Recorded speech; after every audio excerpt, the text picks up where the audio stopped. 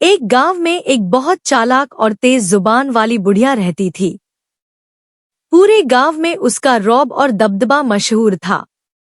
वह हमेशा चाहती थी कि लोग उससे डरते रहें और उसकी हर बात मानें। अगर कोई उसकी मर्जी के खिलाफ चलता तो वह उससे झगड़ा करने में जरा भी देर नहीं करती। बुढ़िया का मिजाज इतना लड़ाकू था कि गांव वाले भी उससे बचबचाकर चलते थे। उस बुढ़िया के 2 बेटे थे जो अपनी माँ के बिल्कुल उलट बहुत नेकदिल, शरीफ और सुसंस्कृत इंसान थे।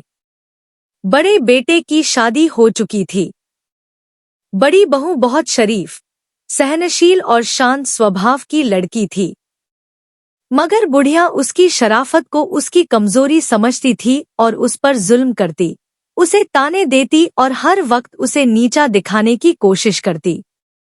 बड़ी बहू सब कुछ चुपचाप सहती रहती थी और उम्मीद करती थी कि वक्त के साथ सब ठीक हो जाएगा।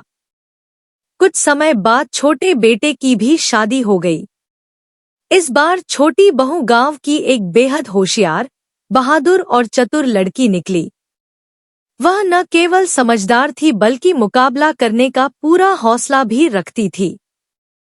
छोटी बहू जानती थी कि सास के साथ निभाना आसान नहीं होगा, इसलिए वह पहले दिन से ही सतर्क हो गई। बुढ़िया ने छोटी बहू को दबाने की बहुत कोशिश की। वह रोज नई नई परीक्षाएं लेती ताकि उसकी हिम्मत तोड़ सके। एक दिन बुढ़िया ने योजना बनाई कि छोटी बहू की सबके सामने बेइज्जती की जाए। उसने पूरे गांव को दावत पर बुला लिया। उसका इरादा था कि छोटी बहू इतने सारे लोगों का खाना नहीं बना पाएगी और सबके सामने शर्मिंदा हो जाएगी। लेकिन छोटी बहू ने बहुत समझदारी से सारा काम संभाल लिया। उसने समय की अच्छी योजना बनाई, बड़ी बहू से थोड़ी मदद ली और खुद भी दिल लगाकर काम किया। नतीजा यह निकला कि दावत के दिन हर मेहमान खुशी से खाना खा रहा था। सभी लोग छोटी बहू की तारीफ करते नहीं थक रहे थे। बुढ़िया का षड्यंत्र असफल हो गया और उसे अंदर ही अंदर जलन होने लगी। हार न मानते हुए बुढ़िया ने एक और योजना बनाई। उसने छोटी बहू को अकेले खेतों में काम करने भेज दिया। सोचा कि वह थककर हार मान लेगी और काम अधूरा छोड़ देगी, फिर उसे डांटने का मौका मिल जाएगा। मगर छोटी बहू ने मेहनत और हुनर से सारा काम पूरा कर लिया। वह खेत में काम करते हुए मुस्कुराती रही और अपनी हिम्मत को कमजोर नहीं होने दिया। जब शाम को बुढ़िया देखने आई तो हैरान रह गई कि पूरा खेत अच्छी तरह से तैयार हो चुका था। अब बुढ़िया का गुस्सा आसमान पर था। उसने सोचा कि अब कोई बड़ी चाल चलनी चाहिए।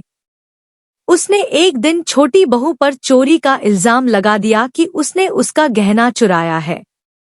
यह सुनकर छोटी बहू बेचारी रोने लगी। उसके आंसुओं में सच्चाई और बेपसी साफ नजर आ रही थी। बड़ी बहू, जो अब तक चुप थी, यह सब देखकर चुप न रह सकी। उसने सबके सामने खड़े होकर सच्चाई बयान कर दी और बताया कि सास ने खुद गहना छुपाकर छोटी बहू पर इल्जाम लगाया था। बड़ी बहू की सच्चाई सुनकर गांव वाले भी दंग रह गए।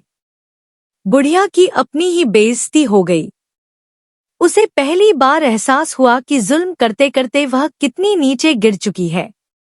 वह शर्मिंदा हो गई और दिल ही दिल में मान लिया कि उसकी छोटी बहू न केवल चतुर है बल्कि एक मजबूत और सम्माननीय औरत भी है, जो किसी के अन्याय के आगे झुकने वाली नहीं। इस तरह छोटी बहू ने अपनी समझदारी, मेहनत और हिम्मत से न केवल अपना सम्मान पाया, बल्कि बुढ़िया के दिल में भी अपनी जगह बना ली।